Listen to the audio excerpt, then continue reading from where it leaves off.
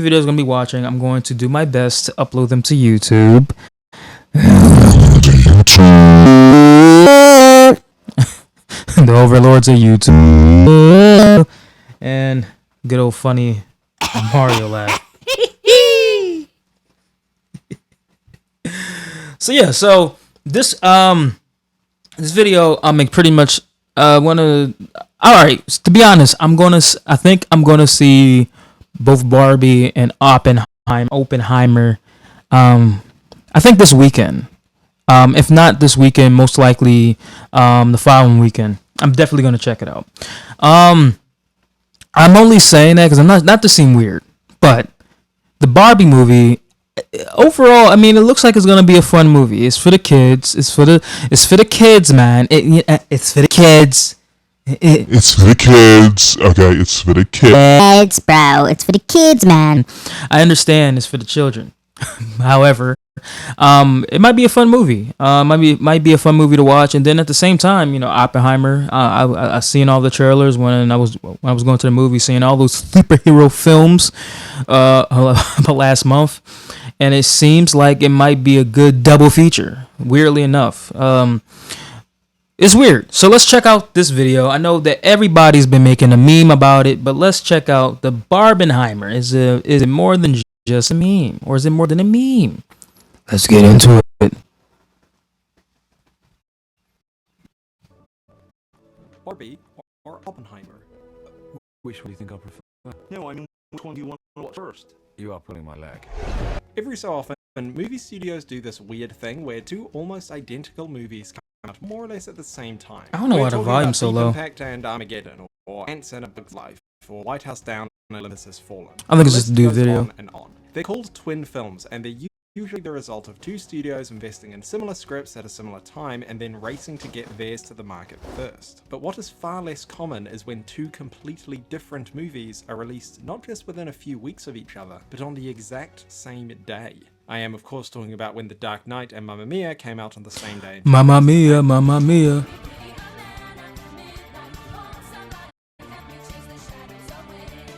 Wait, what? Hang on, no, that's not what I mean. No, Why is this video so low? Barbenheimer. What started out life as a bit of a joke has grown into something else entirely.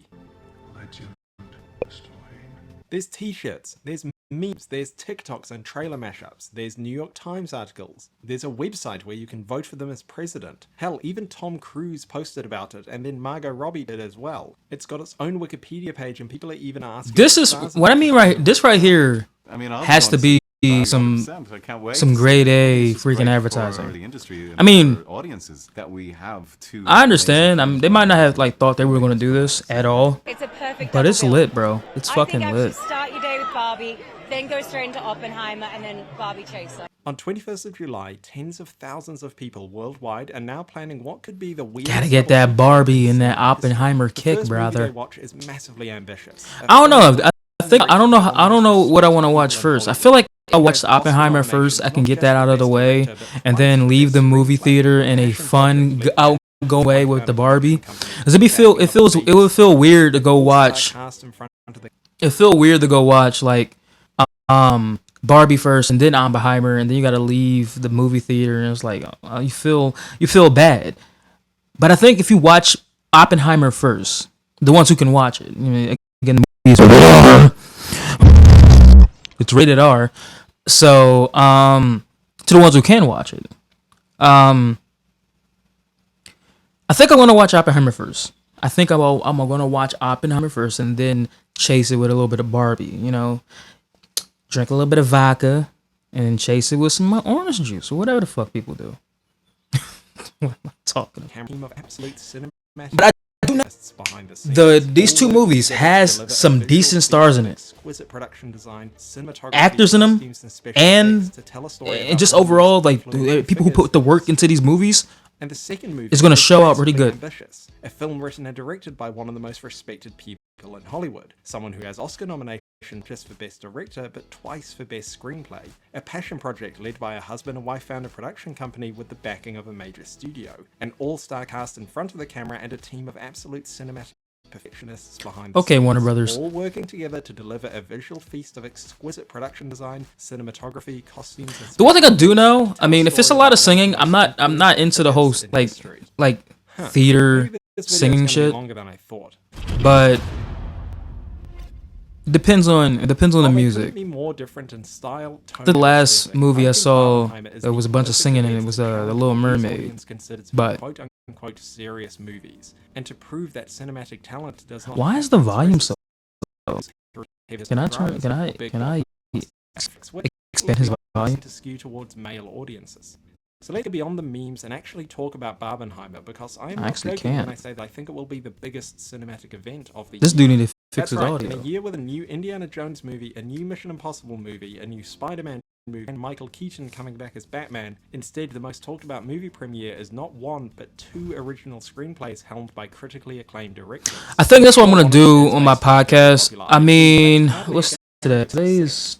I was gonna. I mentioned in my first episode of Not Fully There with Dion Davis that I will. She said we have to acknowledge that Davis, in fact, they don't hate Barbie. They actively hate Barbie. We need to find Nah, out what, that. And given my audience is 95% male, some of you watching right now may well feel that way. Jesus If Christ. that's you, urge you to watch this. Nah, but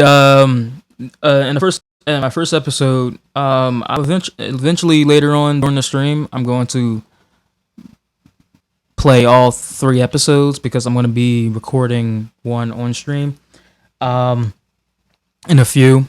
But I'm debating on if I should talk about the Barbenheimer stuff again, like in depthly, because most of the videos I'm going to be watching today is either going to be research toward the topic I'm talking about on Wednesday's episode.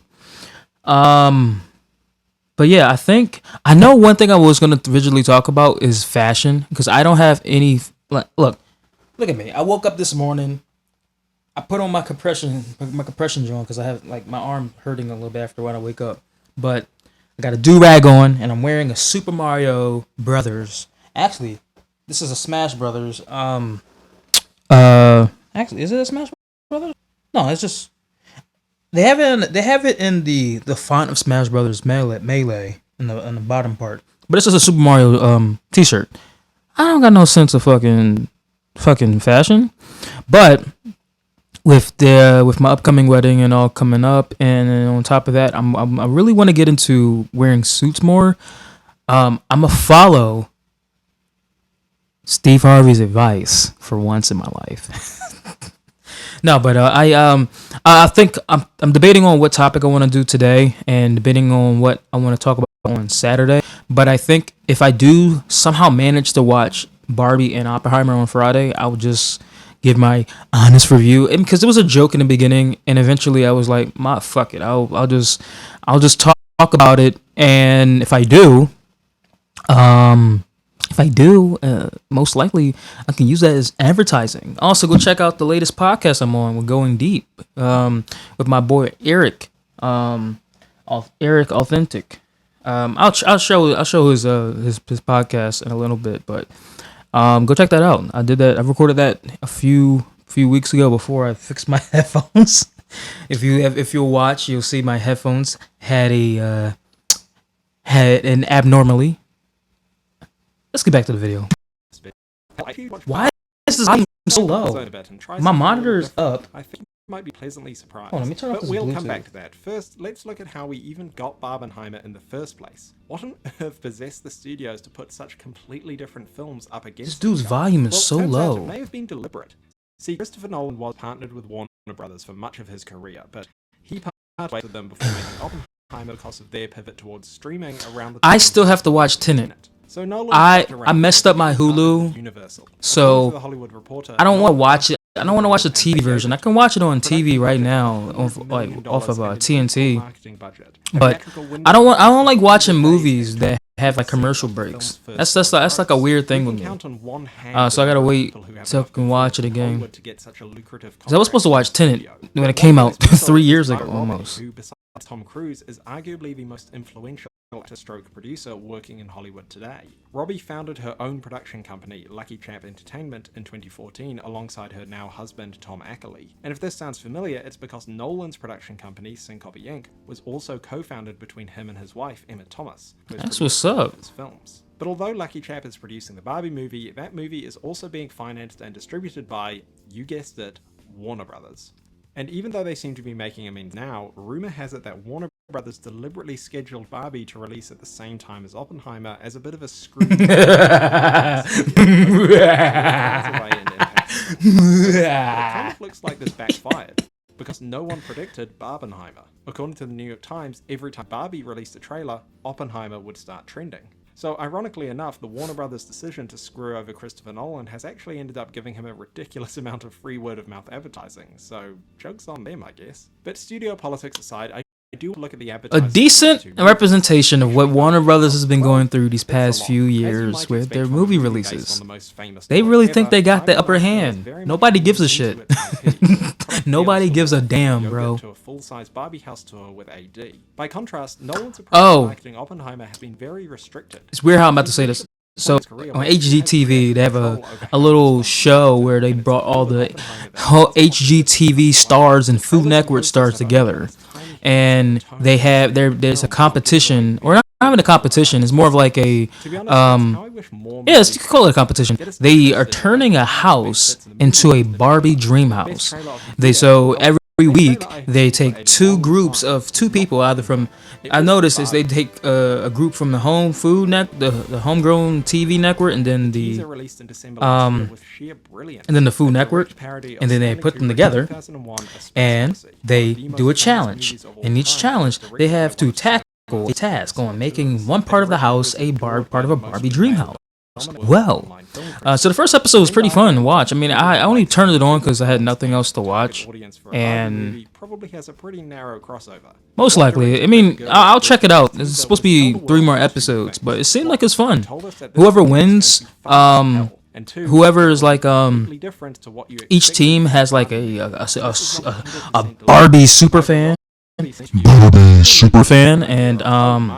And ultimately they win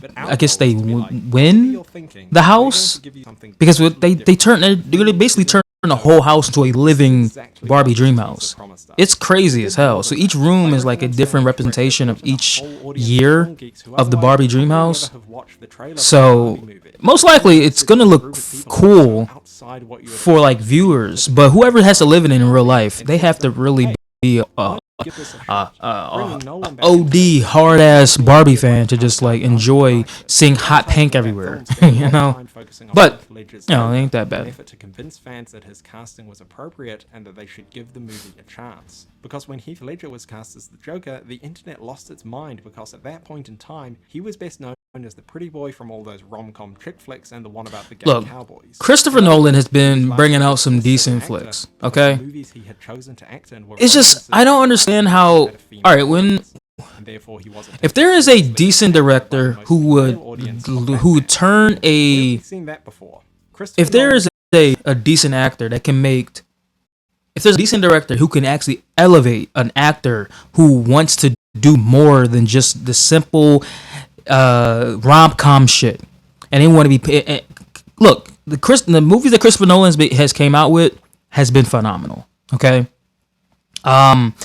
If Christopher Nolan directed a Marvel film, maybe it would be on the same level how James Gunn doing shit, you know, because he put a lot of time into his movies, and same as Quentin Tarantino and Martin Scorsese and all those type of directors, they like to elevate their actors, and that's the one thing I enjoy, and that's the one thing if I ever do get fully into directing or whatever I want to do, I want to be able to elevate an actor's perspective. I want to elevate an actor's ability to push themselves into a role that they really want to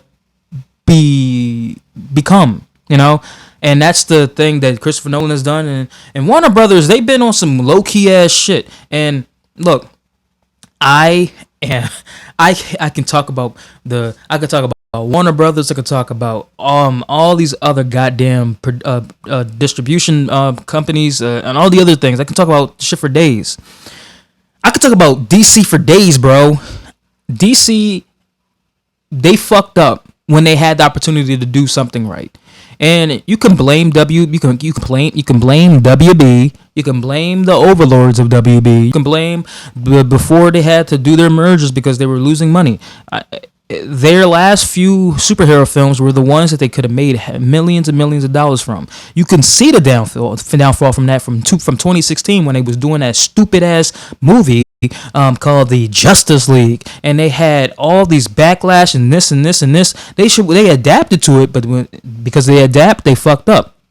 Like, come on, Zack Snyder's movie took how many years up until like 2020 to just show the vision that he wanted to watch, show the vision that he made, because Warner Brothers, I don't know what the hell they did with the first go at Justice League, and also the same thing with the Suicide Squad. You know you fucked up when you have to have the internet. I'm talking about Warner Brothers. You have the internet pushing for people to release the Snyder cut, because Zack Snyder had said he had made his own cut of the movie, but Warner Brothers did their cut, and what we saw was what we saw. I didn't like how it ended. I don't know what the hell they were trying to do. It was crazy. And when in the time I saw that movie, I was going through some weird shit, so I didn't really want to. I really wasn't really paying attention to the movie, but at the same time, I didn't really give a shit. However,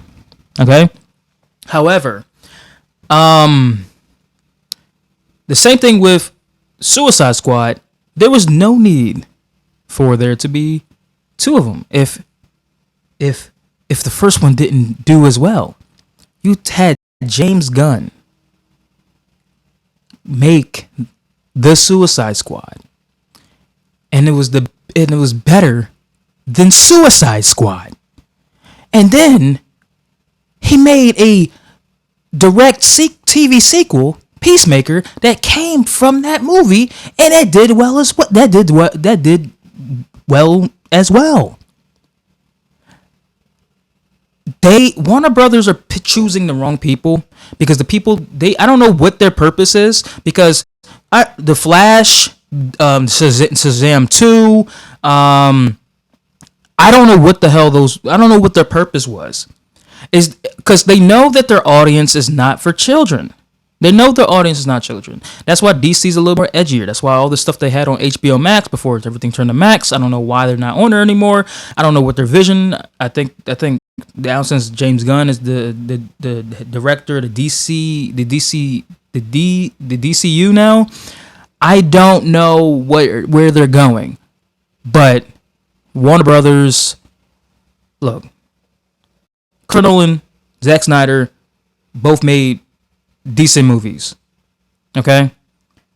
And just Warner Brothers like to fuck them over, and that's what they did. Forge ahead with casting him, but knowing Ledger's reputation, the marketing had to spend a lot of time saying to the world, "Trust us, we got this," and of course they did. By parodying such a famous scene from such a famous director, Greta Gerwig is directly appealing to a similar demographic of people who might dismiss a Barbie movie because, well, it's a Barbie movie and it's all pink and girly. This trailer is saying that a movie can be artistic, well-crafted, and brilliantly executed while...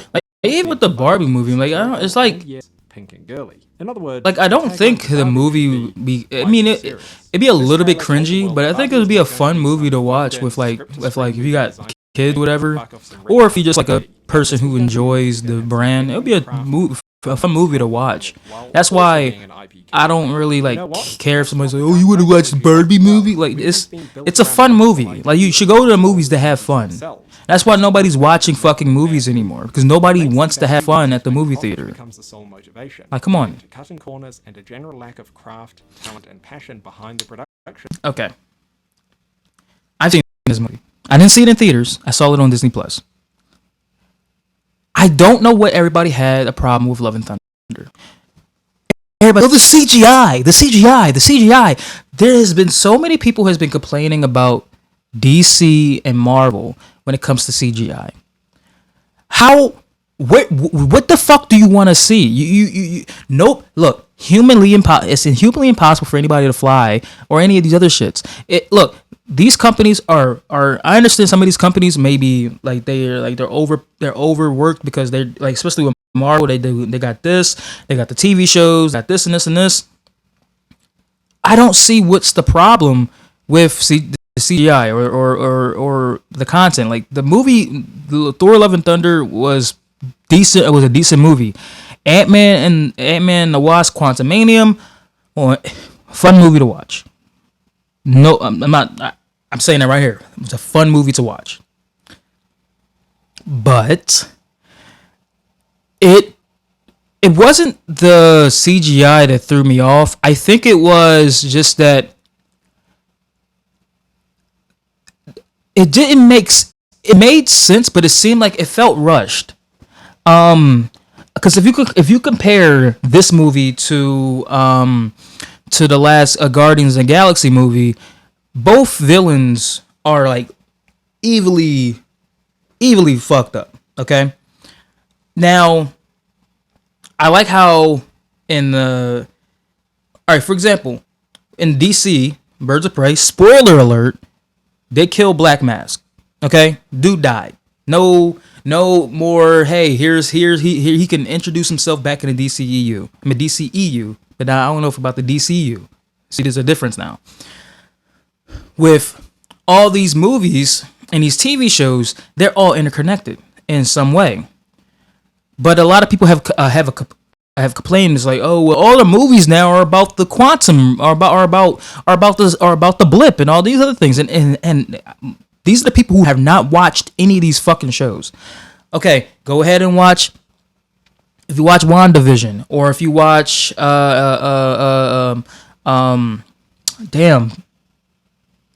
Falcon and the Winter Soldier, if you watch those two movies, those are like a real like interconnected like thing, explaining more of the blip, because this is the shows that happen right after Endgame and all that and all that other stuff. So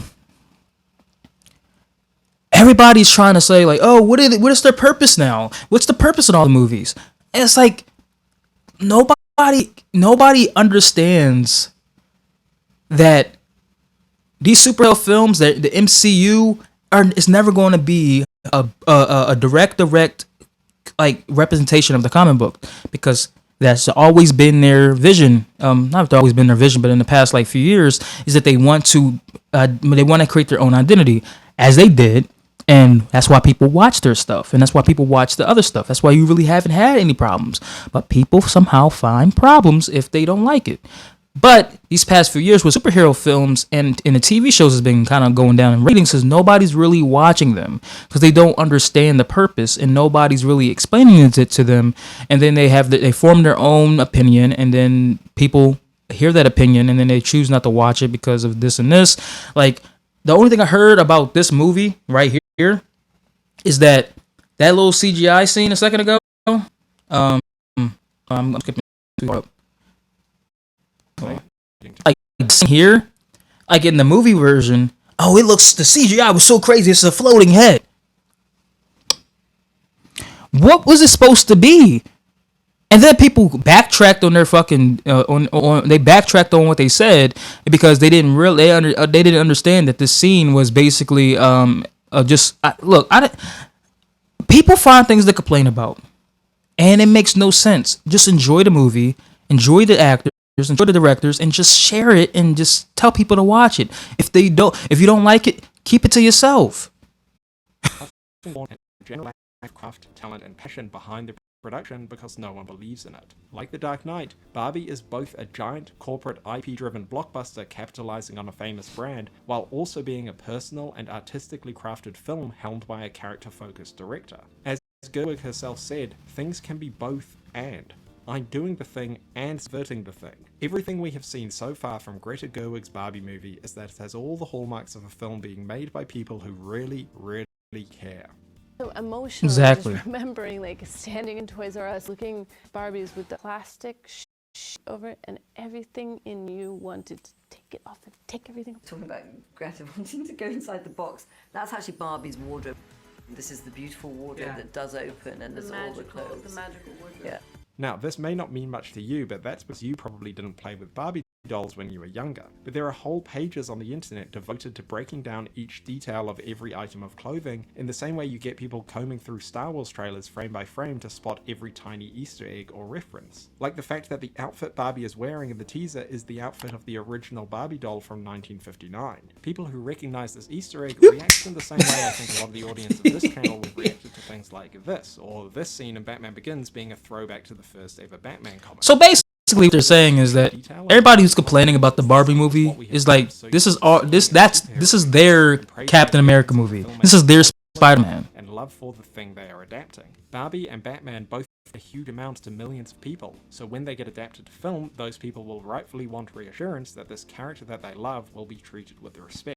That in particular, the feet felt like a bit of a bat signal in a way. Even if you don't have a personal nostalgia for Barbie, surely you can understand that feeling and respect the filmmakers for acknowledging those details. And speaking of filmmakers who respect details, no one is more of a details guy than Christopher Nolan. Nolan has proven himself to be one of the most visionary directors working today, and one of the reasons for this is his commitment to doing as much as he possibly can in camera. Oppenheimer They didn't care about me until I put gorgeous. They didn't care about me until I put on the mask. Design just looks They didn't care about me until I put on the mask. Guys who worked on Fury Road and Top Gun Maverick figured out a way to create a nuclear explosion without... I'm leaving it up.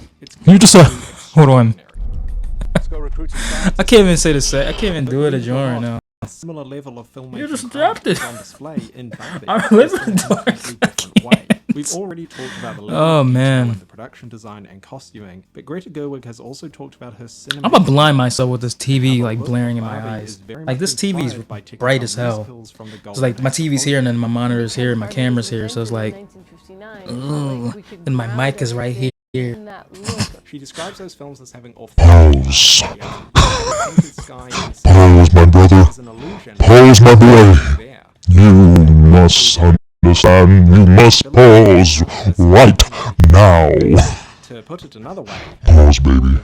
Yeah. You know, one day I do want to shoot with an IMAX camera. completely different. Like that's one of my. Gerwig and Nolan are looking Holy to shit. the same That's funny. idea by putting their cast in Ew. real settings. I really want to know like what's the main idea. It's like Barbie like Nolan and Gerwig go into the real world and then oh, teams of people is this just deliver their piece of the is this like the Lego movie? director is one who enables the people they work with to make Hold the on. best thing they can. Hold on. To rally I'm people gonna still play together. it because let me songs left. Both All right. Oppenheimer and Barbie have Hear me real out. hallmarks of movies that I don't know too much about the trailer because I checked it out occasionally. But what if absolutely thing is basically just like the Lego movie where like wait for them. Will Ferrell This video is long basically enough trying to to destroy all the Legoland? What if that's the thing? What if that's the thing? That would be freaking awesome. That would be awesome, bro. Now, you might think the obvious answer is Oppenheimer.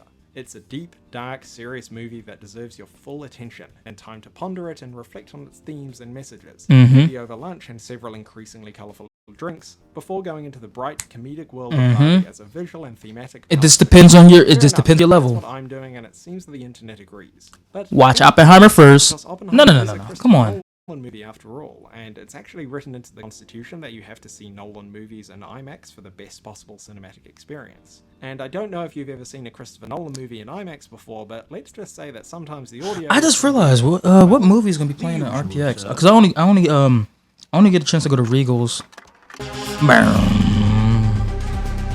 Oppenheimer is going to feature a literal nuclear explosion, so it is entirely possible your eardrums are no longer functioning once you leave the cinema. So maybe it's safer to do Barbie first. Just saying. But regardless of which one you watch first, I hope this video has shown. All right, I'm definitely gonna watch Oppenheimer first and then go to Barbie. I gotta convince my fiance. Cause y'all know she said she really doesn't want to go to see Oppenheimer. I mean, if I gotta go see it myself, it's fine. No. We have the honor. No. Just want to live up the meme. We live in 2023, where every meme is basically our life. There we go, baby. W